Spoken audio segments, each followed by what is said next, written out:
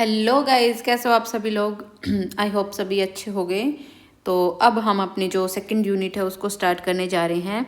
Unit second, जो first unit है उसको ऑलमोस्ट हम कंप्लीट कर चुके हैं। थोड़ा बहुत आपका सीपीयू का पार्ट रहता है, उसे भी हम कवर कर लेंगे अपना धीरे धीरे। तो अभी हम लोग अपने पाइथन की तरफ चलते हैं, पाइथन को शुरू करते हैं। सबसे पहले पाइथन जब आप पढ़ने चलोगे तो सबसे पहले आपका चैप्टर आएगा प्रॉब्लम सॉल्विंग का। प्रॉब्लम सॉल्विंग क्या होती है, प्रॉब्लम सॉल्विंग कैसे हम इससे डील करते हैं, कैसे हम इस चीज़ को, कोई भी हमारे सामने प्रॉब्लम आ गई है उसे हम डिकम्पोज करते हैं, देन उसका सॉल्यूशन निकालते हैं। कुछ एमसीक्यूज भी मैंने आप लोगों के लिए ऐड किए हैं, और एनसीईआरटी के जो आपके क्वेश्चंस दिए हुए हैं आपकी बुक में, वो सारे के सारे मैंने विद आंसर्स इस जो ये पीपीटी है मैंने इसमें ऐड किए हैं। तो सारे आपको मैं डिटेल में समझाऊंगी भी, और सारे जो पूरा का पूरा चैप्टर है वो भी आपको पूरा डिटेल में समझाऊंगी। तो एकदम लास्ट तक वीडियो को देखना है, अच्छे से समझना है। और कुछ एक क्वेश्चंस भी मैं आपको कमेंट बॉक्स में दे दूंगी, आपको उनका आंसर जरूर लिख करके देखना है। और टेलीग्राम ग्रुप में मैंने एक डिस्कशन ग्रुप बना रखा है, वहाँ पे शेयर भी करना है आप लोगों ने जिसने क्वेश्चंस को लिखा है, ठीक है। जरूर लिख करके वहाँ पे शेयर जरूर करना है, मैं सभी के आंसर्स देखूंगी कि कौन कैसा लिख रहा है, ठीक है। तो चलते हैं अपने चैप्टर को देखते हैं, इंट्रोडक्शन टू प्रॉब्लम सॉल्विंग। और हाँ, डीएम मैं मतलब ठीक है आप लोग डीएम करते हो कि, लेकिन मैं क्वेश्चंस के लिए आपको सजेस्ट करूंगी कि आप ग्रुप में ही शेयर करना, उससे कॉन्फिडेंस आएगा आप लोगों के अंदर। क्योंकि आप लोग इंडिविजुअली डीएम में अगर मुझे दिखाओगे तो उसमें क्या है कि उतना ज़्यादा, कई बार ऐसा भी होता है कि मैं मैसेज ना भी देख पाऊँ, या मुझे उतना टाइम नहीं होता कि मैं पर्टिकुलर एक एक को इतना मतलब टाइम दे सकूँ। तो आप लोग एक दूसरे के साथ डिस्कस करो, ग्रुप में अपनी शीट्स शेयर करो कि कैसा लिख रहे हो, कैसा आप नहीं लिख रहे हो, कि कहाँ पे आपको प्रॉब्लम आ रही है, एक दूसरे के साथ डिस्कस करो, ठीक है। तो ग्रुप मैंने बना रखा है जो, उसमें सारे के सारे ऐड हो जाना, वहाँ पे आप अपना आंसर शीट्स को शेयर करके डिस्कस कर सकते हो, ठीक है। क्वेश्चन देखते हैं अपना, चैप्टर देखते हैं अपना। सबसे पहले आएगा इंट्रोडक्शन टू प्रॉब्लम सॉल्विंग। क्या होता है प्रॉब्लम सॉल्विंग। देखो आपके सामने कोई भी प्रॉब्लम आ गई है, अब आप की जो आप स्कूटर भी चलाते हो, बाइक भी चलाते हो, गाड़ी भी चलाते होगे, सबसे पहले आप देखते होगे कि चला रहे हो चलते चलते चलते चलते हमारी गाड़ी में कुछ प्रॉब्लम आ गई, ठीक है। प्रॉब्लम आ गई तो आपने देखा कि ठीक है, जो स्कूटी है मेरी वो स्टार्ट होना ही बंद हो गई है, स्टार्ट होना बंद हो गई है। तो उसमें आप सबसे पहले क्या देखोगे कि स्टार्ट होना बंद हुई है, वो प्रॉब्लम कहाँ आई है। इसमें प्रॉब्लम पहले तो ये देखोगे ना कि प्रॉब्लम कहाँ आई है। सबसे पहले तो प्रॉब्लम को डायग्नोज करना है हमें, ठीक है। देन उसके बाद ये देखोगे कि हाँ अभी इसके इंजन में प्रॉब्लम है, ठीक है, इंजन में प्रॉब्लम है।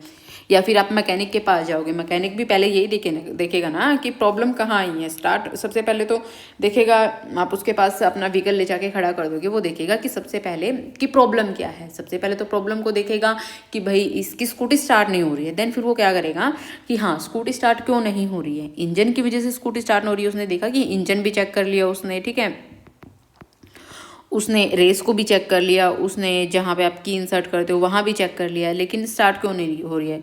तो डिफेक्ट मिला आपका इंजन में, ठीक है, इंजन में डिफेक्ट मिला। फिर उसके लिए क्या करेगा, इक्विपमेंट्स लेके आएगा, सारे के सारे औजार लेके आएगा, फिर उसे ठीक करने लगेगा। वो ठीक करने लगेगा तो फिर वो उसे ठीक करेगा, ठीक है। उसके बाद क्या हो जाता है, सोल्यूशन हो जाता है किसी भी चीज़ का। देन उसके बाद फिर क्या होता है, उसको फिर वो चला करके देखेगा, ठीक है। तो यही सारी स्टेप्स हम अपने कंप्यूटर में फॉलो करते हैं। प्रॉब्लम सॉल्विंग, प्रॉब्लम सॉल्विंग देखो नाम ही बता रहा है कि प्रॉब्लम को सोल्व करना, ठीक है। तो कैसे करते हैं देखते हैं। What is problem solving. Problem solving क्या है, is the process of identifying a challenge. सबसे पहले तो चैलेंज को, जो भी अभी हमने स्कूटी की बात करी है, सबसे पहले तो हम उसमें देखेंगे कि हमारे सामने क्या चैलेंज आ रहा है, हमारी स्कूटी क्यों स्टार्ट नहीं हो रही है। फिर क्या करेंगे, उसके बाद स्टेप बाय स्टेप उसके लिए क्या करेंगे, हम एल्गोरिदम लिखेंगे, ठीक है, कि हाँ भाई हमें हमारी पर्टिकुलर जो प्रॉब्लम है, हमारा जो इंजन स्टार्ट नहीं हो रहा है, उसको ठीक करने के लिए मुझे क्या क्या स्टेप्स फॉलो करने होंगे। सबसे पहले मैं इंजन को खोलूंगा, देन उसमें ऑयलिंग करूंगा, ठीक है। वो सारे स्टेप्स हम क्या करेंगे, एल्गोरिदम डिज़ाइन करेंगे उसके लिए। फिर हम क्या करेंगे, उसका एल्गोरिदम करने के बाद देन उसके बाद लिखेंगे प्रोग्राम। प्रोग्राम लिखेंगे, क्योंकि कंप्यूटर है हमारा वो तो प्रोग्राम को ही समझता है। प्रोग्राम करके फिर उसे एग्जीक्यूट करेंगे, ठीक है, एग्जीक्यूट करेंगे। देन उसके बाद हम उसको क्या करेंगे, उसकी मेंटेनेंस करेंगे, डीबग करेंगे। अगर कोई प्रॉब्लम आ गई है तो उसे हम रिमूव करेंगे। तो ये सारी हमारी स्टेप्स होती हैं प्रॉब्लम सॉल्विंग की, ठीक है। जैसे इसका एग्जाम्पल देखते हैं कि आप टिकट बुक करवाते हो, ठीक है, टिकट बुक करवाना है। जो अगर आप लोगों ने देखा होगा कि आप रेलवे स्टेशन पे जाते हो, पहले टाइम में जब ऑनलाइन रिजर्वेशन नहीं होती थी तो रेलवे स्टेशन पे जाकर के इतने सारे लोगों की टिकट्स, कितनी लंबी लंबी लाइंस लगती थी, तो बहुत चैलेंजिंग टास्क है ये, ठीक है। लेकिन जो कंप्यूटर्स हैं उन्होंने इसको क्या किया है, बहुत इजी बना दिया है प्रॉब्लम को सोल्व करके, क्योंकि हमारे जो एप्स वगैरह हैं वो भी डेवलप कर दिए गए हैं। तो उससे क्या है कि सारी चीज़ें हमारी जो हैं, वो जो कॉम्प्लेक्स चीज़ थी ना हमारे लिए, वो आज क्या हो गई है, ईजी और एफिशिएंट हो गई है, ठीक है। उसके बाद स्टेप्स क्या क्या फॉलो होंगे, स्टेप्स वही, सबसे पहले एनालाइज करेंगे हम प्रॉब्लम को कि क्या प्रॉब्लम आई है, फिर उसके लिए एल्गोरिदम लिखेंगे। देन उसके बाद हम प्रोग्राम लिखेंगे। प्रोग्राम लिखने के बाद हम उसे क्या करेंगे, रन करेंगे, और उसके बाद हम उसे क्या करेंगे, मेंटेन करेंगे, ठीक है। ये 4 स्टेप होती हैं। You must first clearly understand exactly what the problem is, कि आपकी जो एग्जैक्ट प्रॉब्लम है वो क्या है। What input information is needed, क्या इन्फॉर्मेशन की ज़रूरत है, क्या आप इसमें इनपुट डालोगे कि जो आपकी प्रॉब्लम है वो ठीक हो जाए। And what the desired output should be, तो आपका आउटपुट क्या होना चाहिए। जैसे कि एग्जाम्पल दिया हुआ है, if your vehicle makes a strange noise, अगर आपका जो व्हीकल है, जैसे आप चला रहे हो, मान लो आप गाड़ी चला रहे हो, कि वो जैसे मतलब कई बार आती है ना आवाज़ खट खट खट खट की, तो इरिटेटिव, मतलब इरिटेटिंग लगता है वो एकदम, कि हाँ कहाँ से आवाज़ आ रही है मेरी गाड़ी में, तो वो चीज़ें हो जाती हैं, ठीक है। तो आप ये देखते हो कि आपकी गाड़ी में आवाज़ आ रही है, मतलब बहुत स्ट्रेंज सी, कहाँ से आ रही है। तो मैकेनिक क्या करेगा, सबसे पहले वो एनालाइज करेगा चीज़ों को कि आवाज़ आ कहाँ से रही है, और फिर क्या करेगा, उसके लिए प्लान करेगा। प्लान मतलब एल्गोरिदम उसके लिए वो डेवलप करेगा। तो जो एल्गोरिदम होती है वो हमारी क्या होती है, प्लानिंग स्टेज होती है। And algorithm is a precise, algorithm होती है जो वो एकदम प्रीसाइज होनी चाहिए, मतलब ठीक होनी चाहिए एल्गोरिदम।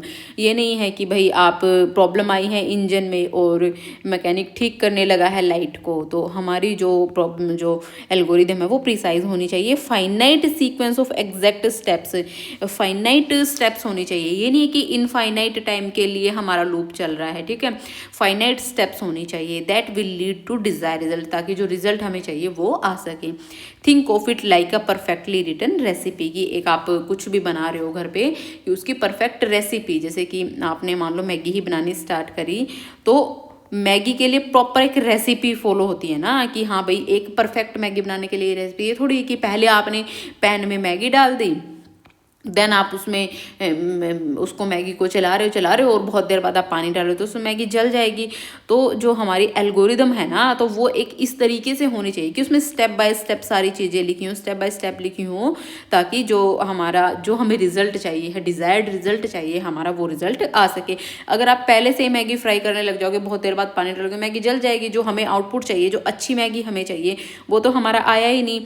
तो इसीलिए कहा जाता है कि जो हमारी एल्गोरिदम है वो हमारी प्रिसाइज होनी चाहिए, फाइनाइट नंबर ऑफ स्टेप्स होने चाहिए उसमें, ठीक है। उसके बाद है कोडिंग। देन उसके बाद हम क्या करेंगे, जो हमने एल्गोरिदम लिखी है उसको हम फाइनलाइज कर देंगे। हाँ भाई ठीक है, ये हमने एल्गोरिदम लिख दी है, अब इसके ऊपर हम कोड लिखेंगे। कोड क्यों लिखने की जरूरत है, क्योंकि जो हमारा कंप्यूटर है वो तो कोडिंग को ही अंडरस्टैंड करेगा, एल्गोरिदम को तो अंडरस्टैंड हमारा कंप्यूटर नहीं कर सकता। एल्गोरिदम तो जो होते हैं ना, वो सिर्फ हमारी अंडरस्टैंडिंग के लिए लिखी जाती हैं, चीज़ों को आसान बनाने के लिए, ठीक है, कि हमें इस तरीके से अपना प्रोग्राम लिखना है किसी भी प्रॉब्लम को सॉल्व करने के लिए। उसके बाद है टेस्टिंग एंड डीबगिंग। फिर उसके बाद जो हमने प्रोग्राम लिख दिया है उसे हम रन करेंगे, ठीक है, कि क्या वो ठीक से हमारा काम कर रहा है, नहीं कर रहा है, जो भी हमें आउटपुट चाहिए था क्या वो आउटपुट मिल रहा है या नहीं मिल रहा है। अगर कोई एरर आ रहा है, तो डिफेक्ट आ रहा है, तो उसे हम ठीक करेंगे, डिबग करेंगे, ठीक है। ये सारे स्टेप्स हमारे होंगे। फिर उसके बाद आएगा हमारा मेंटेनेंस। उसके बाद इसमें टाइम टू टाइम जो भी हम देखते रहेंगे कि क्या प्रॉब्लम आई है थी, तो जो भी प्रॉब्लम बीच बीच में आ रही है उन्हें फिक्स करेंगे। जैसे आपके मोबाइल में आपने देखा होगा कि बार बार सॉफ्टवेयर अपडेशन आती रहती हैं, तो वो मेंटेनेंस ही तो है, वो प्रॉब्लम्स को फिक्स ही तो करते हैं कि हाँ यूज़र्स को ये प्रॉब्लम आई है। अब वो अपडेट डाल के फिर आप डाउनलोड करते हो, आप देखते हो कि कुछ नई अपडेट आई है। पहले स्टेटस इस तरीके से दिखते थे व्हाट्सएप पे, अब अलग तरीके से दिख रहे हैं। अब व्हाट्सएप पे चैनल भी बनने लगे हैं, आप कम्युनिटी ग्रुप भी बनने लगे हैं, ठीक है। पहले तो व्हाट्सएप पे आप स्टेटस भी नहीं लगा सकते, जैसे आप अपनी फ़ोटो लगाते हो, तो वो देखा ना व्हाट्सएप ने कि हाँ भाई मुझे टाइम के साथ साथ इवॉल्व होना पड़ेगा। मुझे ये अपडेशन लेके ही आनी पड़ेगी, ठीक है। तो उन्होंने इसकी मेंटेनेंस करके इसमें प्रॉब्लम्स को फिक्स किया, तो वो सब हमारे किस में आएंगे, मेंटेनेंस के स्टेप में, ठीक है। तो ये हमारे, ये मैंने एनसीईआरटी से लिया हुआ है डायग्राम। तो देखो सबसे पहले तो प्रॉब्लम सॉल्विंग के स्टेप क्या होंगे, एनालाइज करो प्रॉब्लम को, देन उसके बाद एल्गोरिदम को डेवलप करो, देन कोडिंग करो, देन टेस्ट एंड डिबगिंग। ये क्वेश्चन आपका सीधा का सीधा पेपर में बनता है कि जो प्रॉब्लम सॉल्विंग है उसके 4 स्टेप्स कौन कौन से हैं और उनको डिटेल में डिफाइन करो। तो वो आप इस तरीके से इसको डिफाइन कर सकते हो, ठीक है। साथ के साथ मैं ऐसे डिस्कस करती चलूँगी आप लोगों के साथ कि कहाँ से आपका क्या क्वेश्चन बन सकता है, ठीक है। देखो जैसे ये एक बंदा है, ये कहीं घूमने गया था, तो रास्ते में इसकी बाइक ख़राब हो गई, तो फिर इसने देखो ऐसे पूरा एकदम एआई से मैंने पिक्चर जनरेट की हुई है ये। इसने देखा सबसे पहले तो प्रॉब्लम को आइडेंटिफाई किया, फिर उसका सॉल्यूशन निकाला, देन उसके बाद इसने क्या किया, उसका प्लान किया, एल्गोरिदम लिखी, देन उसके बाद उसे क्या कर दिया, एग्जीक्यूट करके इवेलुएट किया, ठीक है। उसके बाद है next, how algorithms are represented. Algorithm आप किस तरीके से रिप्रेजेंट कर सकते हो। एल्गोरिदम बहुत देर से हम पढ़ रहे हैं कि एल्गोरिदम लिख सकते हैं, एल्गोरिदम बना सकते हैं। एल्गोरिदम को लिखने के कुछ तरीके भी तो होते होंगे ना। तो एल्गोरिदम को लिखने के 2 तरीके होते हैं हमारे पास। एक तो होगा आपका फ्लो चार्ट, ठीक है, फ्लो चार्ट, और एक होगा हमारा सूडो कोड, ठीक है। तो जो हमारा फ्लो चार्ट है ना, फ्लो चार्ट होता है pictorial representation. Pictorial representation, pictorial का मतलब है रिप्रेजेंटेशन, पिक्टोरियल का मतलब है कि पिक्चर्स की फॉर्म में हम इसमें विजुअल रिप्रेजेंटेशन दिखाई जाती है। कुछ भी अगर हम एल्गोरिदम लिख रहे हैं फ्लो चार्ट के थ्रू, तो इसमें हम पिक्चर्स के थ्रू चीज़ों को डिफाइन करते हैं, ठीक है। और इसमें अलग अलग हमारी शेप्स होती हैं, ओवल भी होता है, रेक्टेंगल भी होता है, डायमंड भी होता है, ऐसे इस तरीके से कनेक्टर भी होता है, एरोज भी होते हैं, ठीक है। तो इन सारे चीज़ों को हम लेकर के अपनी एल्गोरिदम को डिज़ाइन करते हैं, ठीक है। इन्हें देखते हैं हम डिटेल में कि किस तरीके से हम इन चीज़ों को कनेक्ट कर सकते हैं। देखो इस तरीके से होते हैं ये। जो हमारा ओवल होता है ये होता है हमारा स्टार्ट और एंड के लिए यूज़ होता है। ये बहुत इंपॉर्टेंट डायग्राम है क्योंकि ये मैच ऑफ द फॉलोइंग में भी आ जाता है हमारा, ठीक है। मैच ऑफ द फॉलोइंग में भी आ जाता है। ये होता है हमारा एरो। एरो हमारा होता है एज कनेक्टर, हमारा काम करता है एरो। जैसे कि मान लो आपने ये ओवल बनाया, यहाँ पे आपने मान लो रेक्टेंगल बना दिया, इन दोनों को आपस में कनेक्ट करने के लिए। और जो हमारा पैरेललोग्राम होता है ये हमारा यूज़ होता है इनपुट और आउटपुट के लिए। जो भी आप इनपुट अपने फ्लो चार्ट में दोगे या फिर जो भी आपका आउटपुट आएगा फ्लो चार्ट से सोल्व करके, तो वो हमारा किसे आपका दिखाया जाता है, वो दिखाया जाता है पैरेललोग्राम से। और जो हमारा रेक्टेंगल है वो दिखाया जाता है, रेक्टेंगल जो दिखाता है वो दिखाता है हमारा प्रोसेस को दिखाता है। कि मान लो आपने जैसे कि आप एरिया कैलकुलेट कर रहे हो, एरिया कैलकुलेट करोगे तो जो इसमें लेंथ इनटू ब्रेड्थ करोगे, ये प्रोसेस ही तो है बीच में। तो प्रोसेस को आप किस तरीके से दिखाओगे, अपना रेक्टेंगल से। और जब आप इसमें लेंथ को लोगे, मतलब लेंथ को इनपुट करवाओगे, ठीक है, तो वो हमारा किससे दिखाया जाएगा, पैरेललोग्राम से, ठीक है। उसके बाद है ये होगा हमारा डिसीजन। मान लो आपके सामने 2 कंडीशन है, ट्रू एंड फॉल्स की कंडीशन, ठीक है। तो ये हमारा उसके लिए यूज़ होगा कि आपकी यस और नो की कंडीशन आ रही, तो हमारा पैरेललोग्राम किसके लिए, सॉरी डायमंड किसके लिए होता है, डिसीजन के लिए, ठीक है।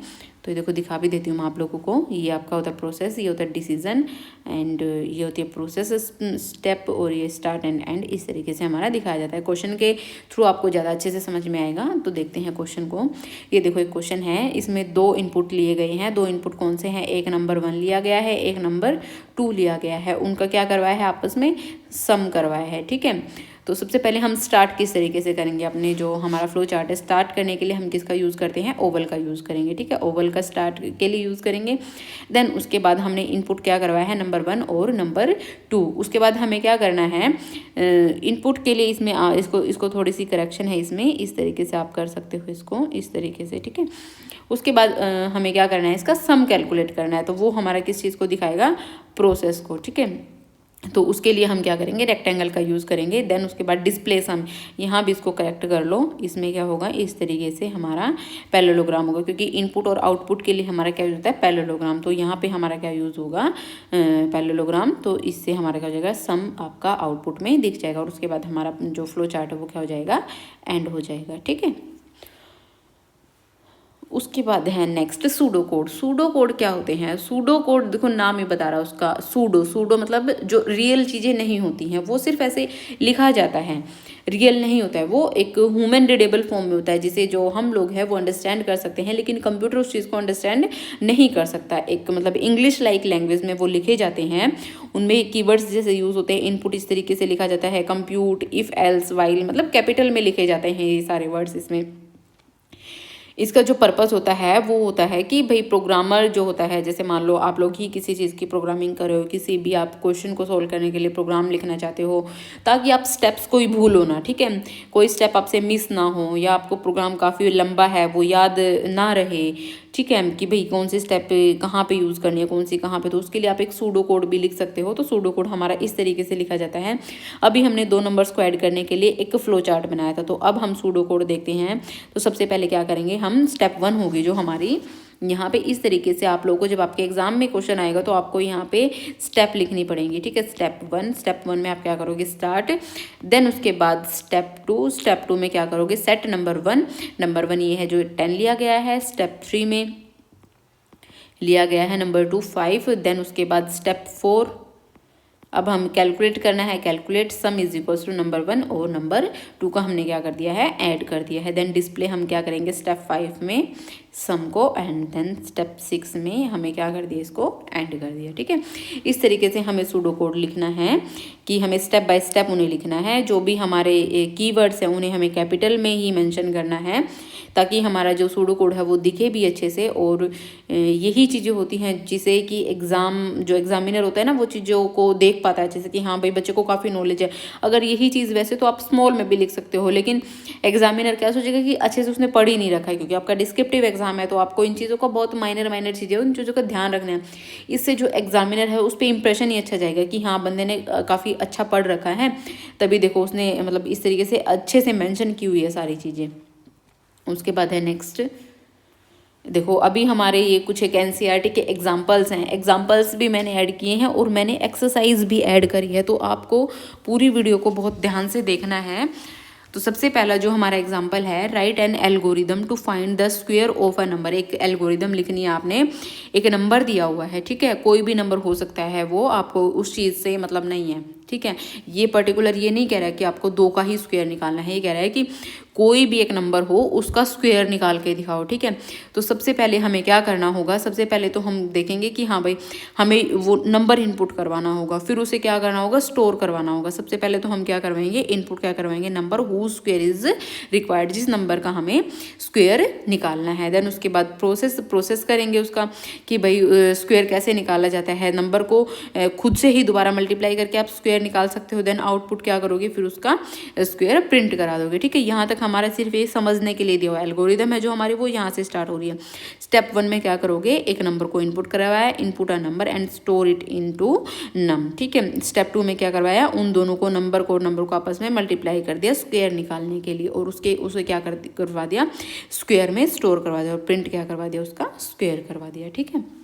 इस तरीके से आप, और जो आपकी एल्गोरिदम्स है ना एल्गोरिदम्स है, वो ज़रूरी नहीं है कि आप इसी तरीके से लिखो, आप एल्गोरिदम को अपने तरीके से भी लिख सकते हो, इस तरीके से लिख सकते हो, इनपुट नम, ठीक है। देन उसके बाद सेकंड में आप कर सकते हो, कंप्यूट को बड़ा लिख सकते हो, कंप्यूट SQUAR ही is equals to num star num, ठीक है। देन अगली स्टेप में आप कर सकते हो डिस्प्ले स्क्वायर।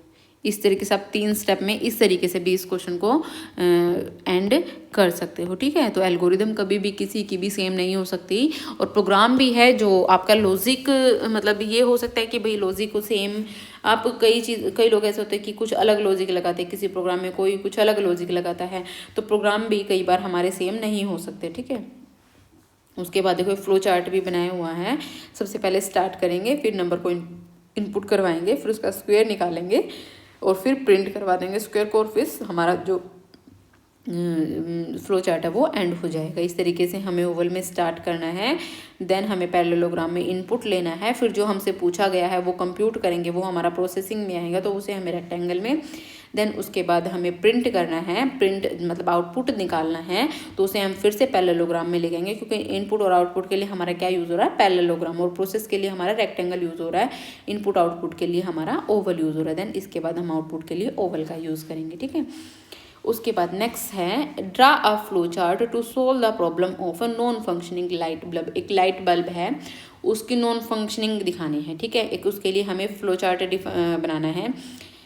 तो देखो अब क्या हो सकता है कि एक जो हमारे घर में भी है, आप लोगों के घर में भी हो सकता है कि मान लो एक लाइट बल्ब है, लाइट बल्ब की बात हो रही है, अभी वो चल नहीं रहा है, ठीक है। तो सबसे पहले आप क्या सिनेरियो देखोगे? सबसे पहले तो यही देखोगे कि क्या स्विच ऑन है या नहीं है, क्या स्विच ऑन है या ऑफ है, ठीक है। ठीक है, आपने देखा कि स्विच ऑन है, स्विच ऑन है, लेकिन उसके बाद भी आपका जो बल्ब है वो जल नहीं रहा है। फिर आप देखोगे कि क्या जो बल्ब है वो जल तो नहीं गया, उसका फिलामेंट जल तो नहीं गया। उसके बाद फिर आप क्या करोगे? आपने देखा कि हाँ ठीक है, जो बल्ब है वो जल गया, अंदर से तो सड़ गया, तो उसके बाद आप उसको क्या करोगे? बदल दोगे, रिप्लेस कर दोगे। लेकिन आपने देखा कि वो तो जला भी नहीं है, और ठीक है वो तो लाइट ऑन करने के बाद, लेकिन वो जल भी नहीं रहा है, चल भी नहीं रहा है, और अंदर से सड़ा भी नहीं है। फिर आप क्या करोगे? फिर आप क्या करोगे? इलेक्ट्रिशियन को बुलाओगे और कहोगे कि भाई हमारे बल्ब को देख लो। अगर वो जल गया, अगर वो ऑन हो गया, तो वहीं से हमारी प्रोसेस एंड होगी, ठीक है। तो यही हमारी कंडीशन है, यही सिनेरियो बनता है ना। तो इसका फ्लो चार्ट अब हमें पता लगे कि हमें इस तरीके से अपना फ्लो चार्ट बनाना है। तो उसी तरीके हमारे दिमाग में स्टेप्स सारी आ गई है ना, तो अब हम फ्लो चार्ट इसका आसानी से बना सकते हैं। तो सबसे पहले स्टार्ट करेंगे, सबसे पहले देखेंगे कि क्या बल्ब का स्विच ऑन हुआ है, ठीक है। अगर नहीं हुआ है तो स्विच को ऑन कर देंगे, ऑन कर देंगे। क्या ऑन करने के बाद स्विच जो बल्ब है वो जल गया, ठीक है, जल गया, यस है, तो हमारा वहीं से एंड हो जाएगा। अगर बल्ब ऑन करने के बाद स्विच नहीं जला है तो फिर हम क्या करेंगे कि क्या जो हमारा बल्ब है वो सड़ा तो नहीं है, बर्nt आउट, क्या वो बर्nt आउट तो नहीं हुआ है। अगर वो बर्nt आउट है तो फिर हमें रिप्लेस ही करना पड़ेगा अपने बल्ब को। अगर वो बर्nt आउट भी नहीं हुआ है और फिर भी नहीं जल रहा है, तो फिर आप क्या करोगे? इलेक्ट्रिशियन को कॉल करोगे और इलेक्ट्रिशियन उसे चेक करेगा, और फिर हमारी प्रोसेस क्या हो जाएगी? एंड हो जाएगी, ठीक है। उसके बाद नेक्स्ट क्वेश्चन है write an algorithm to display the sum of two numbers entered by user using both pseudo code and flow chart. क्या कह रहा है कि दो नंबर्स का आपको सम निकालना है, सूडो कोड भी उसका लिखना है और फ्लो चार्ट भी बनाना है, ठीक है। ये हमने क्वेश्चन पहले भी किया है।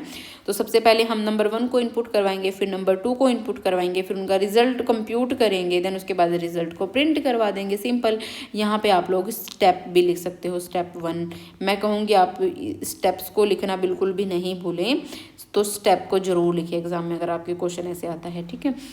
उसके बाद इसका हमें फ्लो चार्ट बनाना है। सबसे पहले स्टार्ट करोगे, देन रीड करोगे, फिर रीड, देखो यहाँ पे आप इनपुट भी लिख सकते हो, ठीक है। इनपुट में आप नंबर 1 और नंबर 2 को इनपुट कराओगे, देन उसके बाद रिजल्ट को कंप्यूट करोगे। कंप्यूट करने के लिए रेक्टेंगल का यूज़ कर सकते हो, क्या यूज़ करना ही पड़ेगा, नंबर 1 प्लस नंबर 2। देन उसके बाद प्रिंट आप रिजल्ट करोगे, एंड देन हमारी जो प्रोसेस है वो स्टॉप हो जाएगी। उसके बाद नेक्स्ट क्वेश्चन है कि write an algorithm to calculate area and perimeter of a rectangle using both pseudo code and flow chart. आपको एरिया भी कैलकुलेट करना है और पेरीमीटर भी कैलकुलेट करना है, किसका? रेक्टेंगल का, सूडो कोड से भी और फ्लो चार्ट से भी। तो अगर आपको एरिया और पेरीमीटर कैलकुलेट करना है तो उसके लिए आपको क्या चाहिए? लेंथ भी चाहिए, ठीक है, और ब्रेड्थ भी चाहिए, दोनों चीज़ें चाहिए। तो सबसे पहले आप क्या करोगे? इन दोनों को ही इनपुट करवाओगे, लेंथ और ब्रेड्थ को, ठीक है। उसके बाद इसका एरिया कैसे निकालते हो? एरिया कैसे करते हो? Length into breadth. तो फिर कंप्यूट कर दोगे एरिया को, देन उसके बाद एरिया को प्रिंट करवा दोगे। उसके बाद पेरीमीटर के लिए आप क्या करते हो? 2 इंटू लेंथ प्लस ब्रेड्थ, ये हमारा पेरीमीटर का फॉर्मूला होता है। तो फिर आप किसको कंप्यूट करोगे? पेरीमीटर को, और फिर पेरीमीटर को भी प्रिंट करवा दोगे। ये हमारा फ्लो चार्ट है, सेम ही है। स्टार्ट करोगे सबसे पहले, फिर इनपुट करवाओगे लेंथ और ब्रेड्थ को, देन एरिया को कंप्यूट करोगे और प्रिंट करवा दोगे एरिया को, और उसके बाद फिर आप पेरीमीटर को कंप्यूट करोगे, देन उसके बाद पेरीमीटर को प्रिंट करवा दोगे और अपनी प्रोसेस को एंड कर दोगे। नेक्स्ट क्वेश्चन देखते हैं। Let us write an algorithm to check whether a number is odd और इवन। हमें ये देखना है कि क्या हमारा जो नंबर है वो ओड है या फिर इवन है। आप किसी भी नंबर को ओड है या इवन है कैसे चेक करते हो? 2 से डिवाइड करके चेक करते हो। 2 से डिवाइड करने के बाद अगर मान लो आपको 13 को चेक करना है तो 2 से डिवाइड करोगे। अगर आपका रिमाइंडर 1 बचा है तो इसका मतलब क्या है? हमारा जो नंबर है वो ओड है। अगर हमारे पास, अगर हमें ये चेक करना है कि इवन नंबर है तो हमारा रिमाइंडर क्या होना चाहिए, 0 के इक्वल्स टू होना चाहिए। ठीक है, तो रिमाइंडर को हम इंग्लिश में कैसे लिखते हैं, मोड करके लिख सकते हैं। अभी हम इसको इस तरीके से भी लिख सकते हैं ना, 212 इज इक्वल्स टू 0। ठीक है, तो ये हमारा मोड निकालने का तरीका होता है। देन उसके बाद हम अब इसको सूडो कोड में लिखेंगे। सूडो कोड में लिखने के लिए हम क्या करेंगे, सबसे पहले तो नंबर को एंटर करवाएंगे। प्रिंट एंटर द नंबर, सबसे पहले ये प्रिंट कर दें ताकि जो यूज़र है वो एंटर द नंबर। ये आप मतलब अपनी मर्जी से भी लिख सकते हो, अपने तरीके से लिख सकते हो। ज़रूरी नहीं है कि आपको प्रिंट सबसे पहले ये लिखना ही लिखना पड़ेगा। सीधा आप ऐसे भी कर सकते हो कि इनपुट नंबर, सबसे पहले आप नंबर को इनपुट करवाओगे। देन नंबर, जो हमारा नंबर है मान लो 12 है, 12 mod 2, 12 mod 2 मतलब कि जो आप 12 को डिवाइड कर रहे हो 2 से, अगर वो 0 के इक्वल है, ठीक है, तो हम क्या करवा देंगे, नंबर को इवन प्रिंट करवा देंगे। एल्स हम नंबर को क्या करवा देंगे, ओड प्रिंट करवा देंगे। अब आप सोच रहे होगे कि डबल इज इक्वल्स टू हमारा क्यों लगा है, हमें सिंगल इज इक्वल्स टू नहीं लगाना है। हम पढ़ रहे हैं पाइथन, पाइथन के थ्रू ही हम अपने जो पूरी सीरीज़ है वो कंप्लीट करेंगे। तो सिंगल इज इक्वल्स टू का मतलब होता है असाइनमेंट पाइथन में। ठीक है, अगर आप सिंगल इज इक्वल्स टू का यूज़ करोगे तो मतलब क्या है कि आप x इज इक्वल्स टू 2 आपने लिखा है तो आप 2 को x को असाइन कर रहे हो। लेकिन अगर आपने x इज इक्वल्स टू 2 लिखा है तो फिर आप देख रहे हो कि जो x में वैल्यू स्टोर है हमारी, क्या वो 2 के इक्वल है या नहीं है। तो यहाँ पे हम कंपैरिजन को देख रहे हैं। तो यहाँ पे हम कंपैरिजन ही तो कर रहे हैं कि हाँ भाई क्या ये वैल्यू हमारी 0 के इक्वल है। देन ओके यस ट्रू, तो हमारे नंबर क्या हो जाएगा, इवन प्रिंट हो जाएगा। एल्स हमारा नंबर क्या होगा, ओड प्रिंट होगा।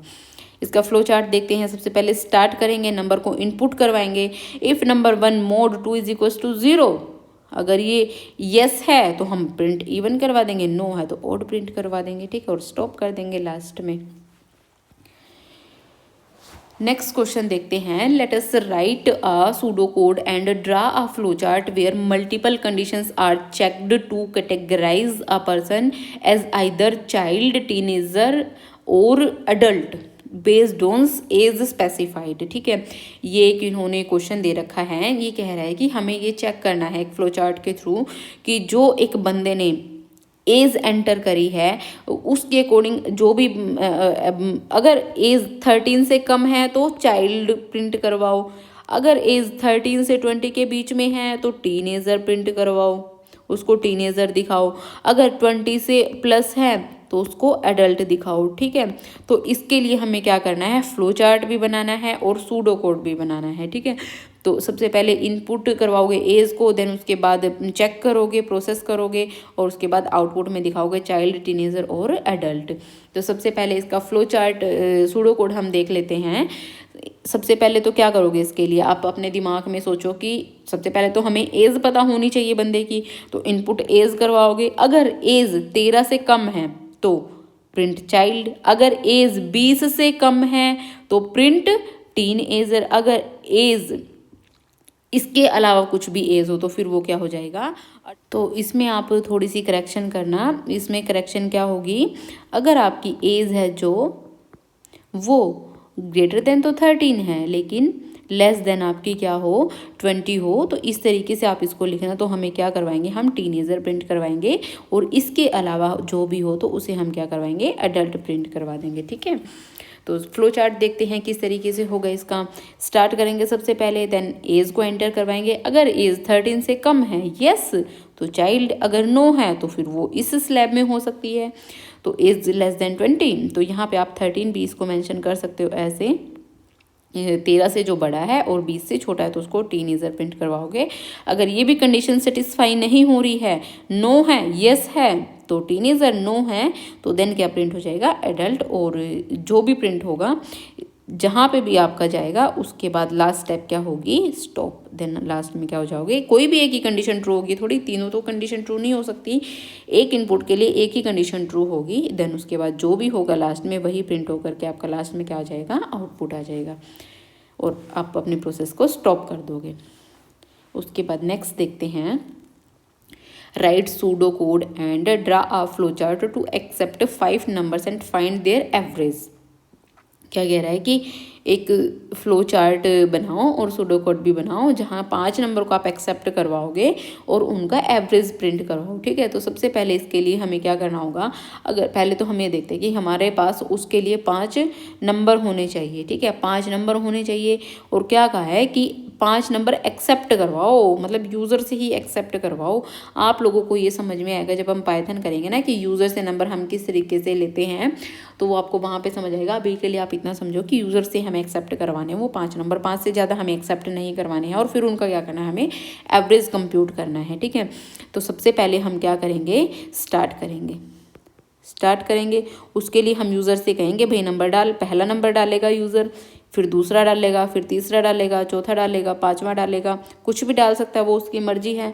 फिर हमें इन्हें क्या करना है, हमें इन्हें प्लस करना है सभी नंबर्स को, जितने भी वो नंबर डाल रहा है, देन उसको फिर क्या करना है और 5 से हमें डिवाइड कर देना है। ठीक है, तो उसके लिए सबसे पहले हम 2 वेरिएबल्स ले लेंगे, काउंट नाम से और सम नाम से। और हमारा जो काउंट है वो कब तक चलेगा, 5 तक चलेगा, 0 से 5 तक। 0 से 5 तक का मतलब है 0 1 2 3 एंड 4, मतलब जो हमारी अपर वैल्यू होती है इसको हम कभी भी प्रोग्रामिंग में कंसिडर नहीं करते हैं, तो हम सिर्फ 0 1 2 3 4 को ही लेंगे। तो ये भी हमारा कितने हो गए, 1 2 3 4 5, टोटल 5 नंबर्स हो गए। इतने टाइम्स तक हमारा क्या है, लूप चलेगा, इतने टाइम्स तक वैल्यू यूज़र से हम इनपुट करवा सकते हैं। और हमें रिपीट क्या करनी है, देन स्टेप 3 to 5 हमें क्या करनी है, अपने स्टेप्स को रिपीट करना है। ठीक है, क्योंकि रिपीट क्यों करना पड़ेगा, सबसे पहले तो यूज़र एक ही नंबर डाल सकता है ना, एक साथ तो 5 तो नहीं डाल सकता कि भाई उसने एक ही साथ, अगर वो 5 नंबर एक ही साथ डालेगा तो वो किस तरीके से कंसिडर होगा। मान लो उसने एक साथ ऐसे 5 6 9 इस तरीके से डाल दिए, मान लो 5 नंबर, तो वो तो 569 हो गया ना। तो हमें इस तरीके से नहीं करना है, हमें तो अलग अलग नंबर चाहिए हैं, वो तो अलग अलग नंबर चाहिए तो अलग अलग ही उनको इनपुट करवाना पड़ेगा, उसके लिए हमें लूप चलाना पड़ेगा। तो सबसे पहले एक नंबर यूज़र से इनपुट करवाया। ठीक है, उसके बाद क्या किया हमने, एक सम नाम से ब्लैंक वेरिएबल ले लिया, सम नाम से ब्लैंक वेरिएबल ले लिया। ब्लैंक उसमें हमने क्या स्टोर करवाया है, 0 स्टोर करवाया है, क्योंकि अगर आप किसी भी वैल्यू में 0 को ऐड करोगे तो कोई फ़र्क नहीं पड़ता है। ठीक है, तो सम में आपने क्या लिखा, 0। अब मान लो आपने इनपुट किया एक नंबर 1, ठीक है, तो सम को आपने अपडेट कर दिया सम प्लस नम से। तो सम में आपका ऑलरेडी क्या था, 0 + 1, अब सम में क्या आ गया आपके पास, 1। देन उसके बाद आपने काउंट को क्या किया, काउंट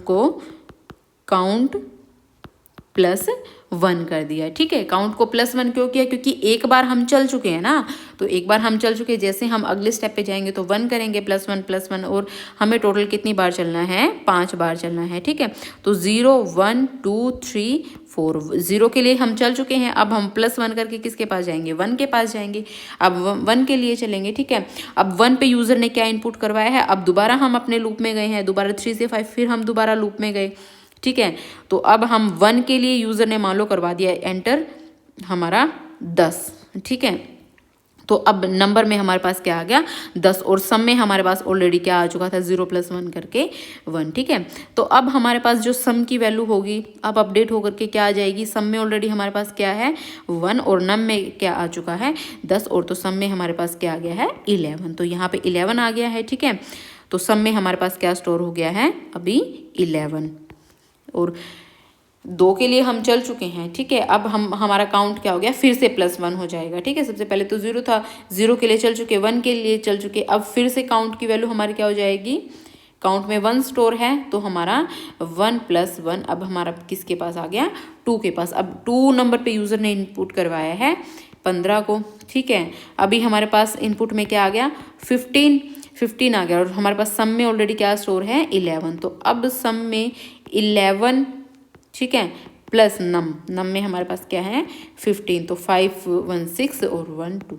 ठीक है, तो हमारे पास सम में क्या अपडेट होगी है, वैल्यू 26, और सम में 26 होगी, और काउंट में हमारे पास वैल्यू क्या चलेगी, 2 + 1 = 3। अब 3 के लिए इनपुट करवाएगा यूज़र। ठीक है, 3 के लिए यूज़र ने 2 इनपुट करवा दिया, तो अब हमारे पास नम में क्या आ गया, 2। ठीक है, तो नम में 2 आ गया, और सम में हमारे पास ऑलरेडी क्या स्टोर है, 26। तो सम में अब 3 के लिए क्या आ गया, सम 26 प्लस 3, तो हमारे पास क्या हो गया ये 29। और काउंट की वैल्यू हम फिर से अपडेट कर देंगे। काउंट में अब हमारे पास क्या है 3, तो काउंट की वैल्यू +1 हो जाएगी। 3 + 1 क्या हो जाएगा 4। अब 4 के लिए यूज़र ने एंटर करवाया है मान लो हमारा 1, ठीक है। तो नम में क्या आ गया हमारे पास, नम में हमने 4 के लिए 1 इनपुट करवाया ना, तो 1 आ गया है। देन सम में ऑलरेडी क्या स्टोर है 29, और सम में अब क्या हो जाएगा 1 ऐड हो जाएगा। 29 + 1 तो क्या हो गया 30, ठीक है। और जो अब ये 30 है, तो 30 को आप किससे डिवाइड कर दोगे 5 से डिवाइड कर दोगे, तो हमारे पास क्या आ जाएगा एवरेज आ जाएगा। तो ये इसी तरीके से हमारी स्टेप्स है जो वो ऐसे लूप में घूमती रहेंगी जब तक कि हमारा जो काउंट है वो <5 रहे, ठीक है। तो <5 तक ही हमने अपना लूप चलाया है। उसके बाद कंप्यूट कर देंगे हम एवरेज को और प्रिंट कर देंगे एवरेज को। आई होप आप लोगों को ये क्वेश्चन समझ में आया होगा। आप लोगों को इसी तरीके से सारे क्वेश्चंस को ड्राई रन करके देखना है। देन अब हम अपने फ्लो चार्ट की तरफ जाएंगे। हमें फ्लो चार्ट कैसे बनाना है इसका, तो सबसे पहले स्टार्ट करेंगे, देन उसके बाद काउंट को इनिशलाइज करेंगे 0 से, सम को भी इनिशलाइज करेंगे 0 से। देन उसके बाद काउंट को हम कब तक चलाएंगे, जब तक कि हमारा काउंट <5 रहेगा, ठीक है। जब और उसके बाद अगर <5 है हमारा काउंट तो यस करेंगे। यस करने के बाद हम देखो जब तक कि हमारा काउंट <5 था, ठीक है। जैसे कि सबसे पहले काउंट की वैल्यू हमारे पास 0 थी ना, काउंट की वैल्यू 0 थी। जब तक काउंट की वैल्यू <5 थी, जब तक काउंट हमारा 1 रहा, 2 रहा, 3 रहा, 4 रहा, तब तक हम क्या करवाते रहे अपने नंबर को इनपुट करवाते रहे। तो हमें तब तक क्या करवाना है, अपने नंबर को इनपुट करवाना है। और नंबर को इनपुट करवा के हमें सम की वैल्यू हर बार अपडेट करनी है सम प्लस नंबर से। देखो हम हर बार अपनी सम की वैल्यू नंबर प्लस सम से अपडेट कर रहे थे ना, जो भी हमारे पास सम था पहले से, और उसमें नंबर को ऐड करके हम हर बार सम की वैल्यू अपडेट कर रहे थे। देन काउंट को भी हम +1 से अपडेट कर रहे थे हर एक बार। तो हम इन स्टेप्स को फॉलो करेंगे। और जैसे ही ये हमारा 5 के इक्वल आएगा, 5 <5 क्या होगा फॉल्स हो जाएगा। फॉल्स हो जाएगा तो वैसे ही हम अपने लूप से बाहर आकर के एवरेज को कंप्यूट कर देंगे, ठीक है। और फिर प्रिंट कर देंगे एवरेज को और स्टॉप कर देंगे इसको, ठीक है। तो ये हमारा क्वेश्चन थोड़ा सा लंबा हो गया है। तो इसी तरीके से हमें क्वेश्चंस को थोड़ा सा दिमाग लगा करके सोल्व करना है, क्योंकि एकदम से अगर ऐसे पेपर में अभी आप लोगों ने प्रैक्टिस नहीं करी, मान लो कॉपी पे खुद से प्रैक्टिस नहीं करोगे, तो एकदम से पेपर में क्वेश्चन आएगा ना, तो आपको यही समझ में नहीं आएगा। आपको ये तो पता होगा कि हमें 5 नंबर इनपुट करवाने, इसका एवरेज निकालना है, हाँ आपको ये पता होगा कि एवरेज कैसे निकालते हैं। लेकिन जब बात आएगी कि आपको इसका सूडो कोड लिखना है, फ्लो चार्ट बनाना है, वहाँ पे आप मिस्टेक करोगे ही करोगे, ये मैं गारंटी देती हूँ। क्योंकि जब तक हम इसे खुद से अपने पेन से हाथ से सोल्व नहीं करते, तब तक मिस्टेक होने के चांसेस रहते ही रहते हैं। मैं बच्चों को पूरा दिन करवाती हूँ, ठीक है, तब भी बच्चे कई बार मिस्टेक कर देते हैं, क्योंकि बार बार बच्चों से प्रैक्टिस करवानी पड़ती है, ठीक है। उसके बाद नेक्स्ट क्वेश्चन देखते हैं। Right pseudocode and draw flowchart to accept numbers till the user enters 0। जब तक हमें नंबर्स को एंटर करवाना है, जब तक यूज़र 0 एंटर नहीं करता। और फिर उसके बाद हमें इसका एवरेज कंप्यूट करना है। पहले क्या कंडीशन थी कि 5 नंबर्स को इनपुट करवाना है, लेकिन अब क्या कंडीशन है, जब तक यूज़र 0 इनपुट नहीं करता है, ठीक है। तो इसमें भी सबसे पहले काउंट को भी 0 इनिशियलाइज कर देंगे, सम को भी 0, देन उसके बाद नंबर को इनपुट करवाएंगे, ठीक है। उसके बाद हमारा जो लूप है वो कब तक चलेगा, जब तक कि हमारा जो यूज़र है वो 0 को एंटर नहीं कर देता। While num is not equal to 0, तब तक हमारा लूप क्या रहेगा, ट्रू रहेगा। और जैसे ही यूज़र ने 0 इनपुट करी तो हमारा लूप क्या हो जाएगा, फॉल्स हो जाएगा। फॉल्स हो जाएगा तो वैसे ही हम अपने लूप से बाहर चले जाएंगे। किसी भी लूप से आपको बाहर आने के लिए कंडीशन का फॉल्स होना बहुत ज़रूरी है। अगर आपकी कंडीशन हमेशा ट्रू रहेगी तो आप कभी भी लूप से बाहर नहीं आ पाओगे, और आपका जो वो लूप है वो इनफाइनाइट लूप चला जाएगा, जो कि एक अच्छे प्रोग्रामर की पहचान नहीं होती है, ठीक है। उसके बाद 4 नंबर स्टेप से 6 नंबर स्टेप्स तक आपको रिपीट करना है। वही सम में क्या करवाना है, सम और नंबर को सम करते चले जाना है, काउंट को भी +1 हर बार करते चले जाना है, और हर नंबर को हमें क्या करवाना है, इनपुट करवाना है। देन उसके बाद काउंट, जो जितना भी हमारा काउंट होगा ना, काउंट से आप क्या कर दोगे, जो सम होगा हमारा उसे डिवाइड कर दोगे और एवरेज को प्रिंट करवा दोगे। इसी तरीके से जो पिछला क्वेश्चन है, इस क्वेश्चन को आप खुद से पढ़ करके एक बार सोल्व करके देखना, इजी है, उसी तरीके से है, समझ में आ जाएगा आप लोगों को। उसके बाद नेक्स्ट है हमारा 4th number the flow of control. जो हमारा प्रोग्राम चलता है, हमारा जो भी हम एल्गोरिदम लिखते हैं वो किस तरीके से फ्लो करते हैं, ठीक है। जो हमारे प्रोग्राम्स है पाइथन में वो टॉप टू बॉटम फ्लो करते हैं। N algorithm defines the flow of events which can be in a sequence. Sequence में भी हो सकते हैं, ब्रांच बेस्ड मतलब डिसीजन, जैसे हम डिसीजन इस तरीके से लिख रहे थे ना, तो डिसीजन बेस्ड भी हो सकते हैं और रिपीट भी हो सकते हैं। रिपीट जैसे भी हमने रिपीटिशन का करा है, जो ये एवरेज निकालने वाला वो रिपीटिशन का था ना, तो रिपीटिशन भी हो सकती है। तो ये सारे हमारे क्या होते हैं, फ्लो ऑफ कंट्रोल होते हैं। Sequence, all steps are executed one after the other. जो इसमें क्या होता है कि सारी की सारी स्टेप्स होती हैं वो एक के बाद एक आपकी होती हैं।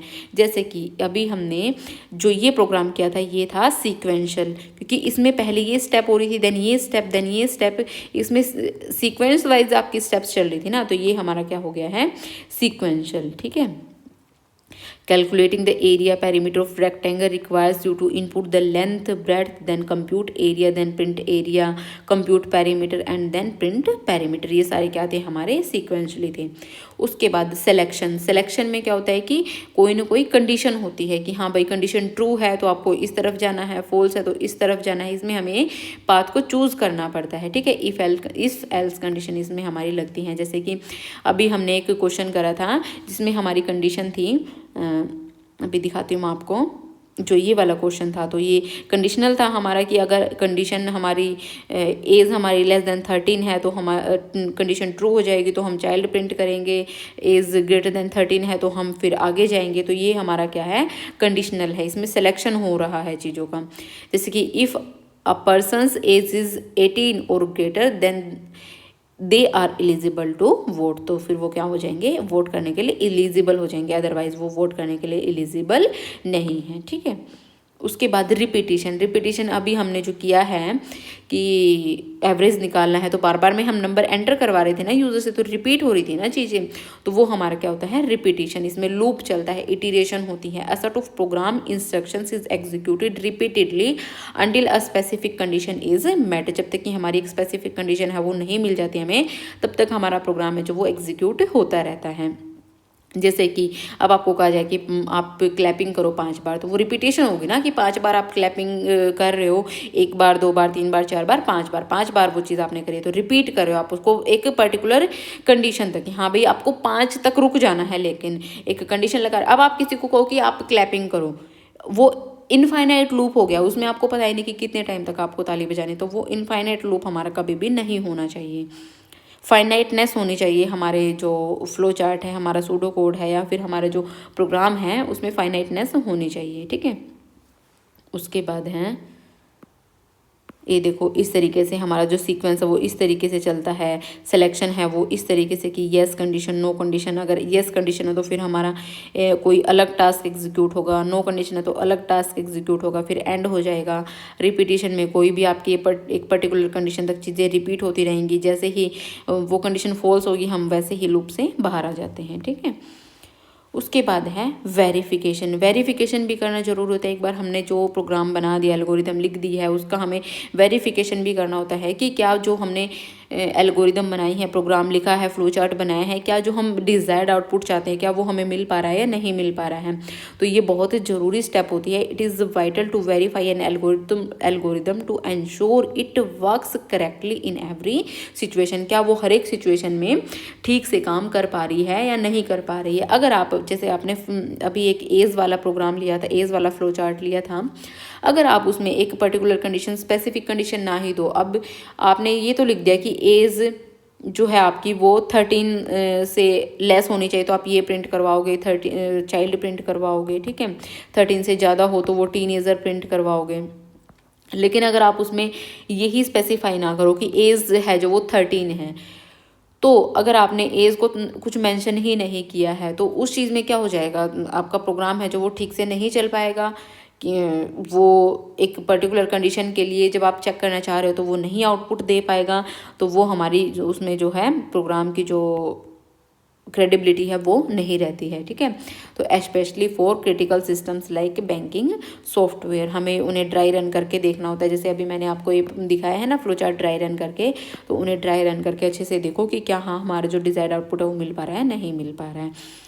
ड्राई रन क्या होता है? This is the manual method of taking different input values, अलग अलग वैल्यूज़ को अपने हाथ से आप लोगे, इनपुट उसमें करके देखोगे, देन उसे फिर स्टेप बाय स्टेप सोल्व करोगे, और अगर आपका आउटपुट करेक्ट आता है देन इट इज़ ओके, ठीक है। उसके बाद नेक्स्ट देखते हैं डीकम्पोजिशन। मैं आप लोगों को नेक्स्ट वीडियो में करवाऊंगी क्योंकि काफ़ी लंबी वीडियो हो जाएगी और एक बार में इतना सारा रिकॉर्ड कर पाना मेरे लिए भी पॉसिबल नहीं होता है। तो डीकम्पोजिशन आपका इस चैप्टर में रहता है। देन एनसीईआरटी के क्वेश्चन, डीकम्पोजिशन चैप्टर तो टॉपिक तो छोटा सा है, और एनसीईआरटी के जितने भी आपके 13-14 क्वेश्चंस दिए हुए हैं वो सारे के सारे हम लोग कल करेंगे, ठीक है। Okay guys, bye bye, take care, like share and subscribe our channel.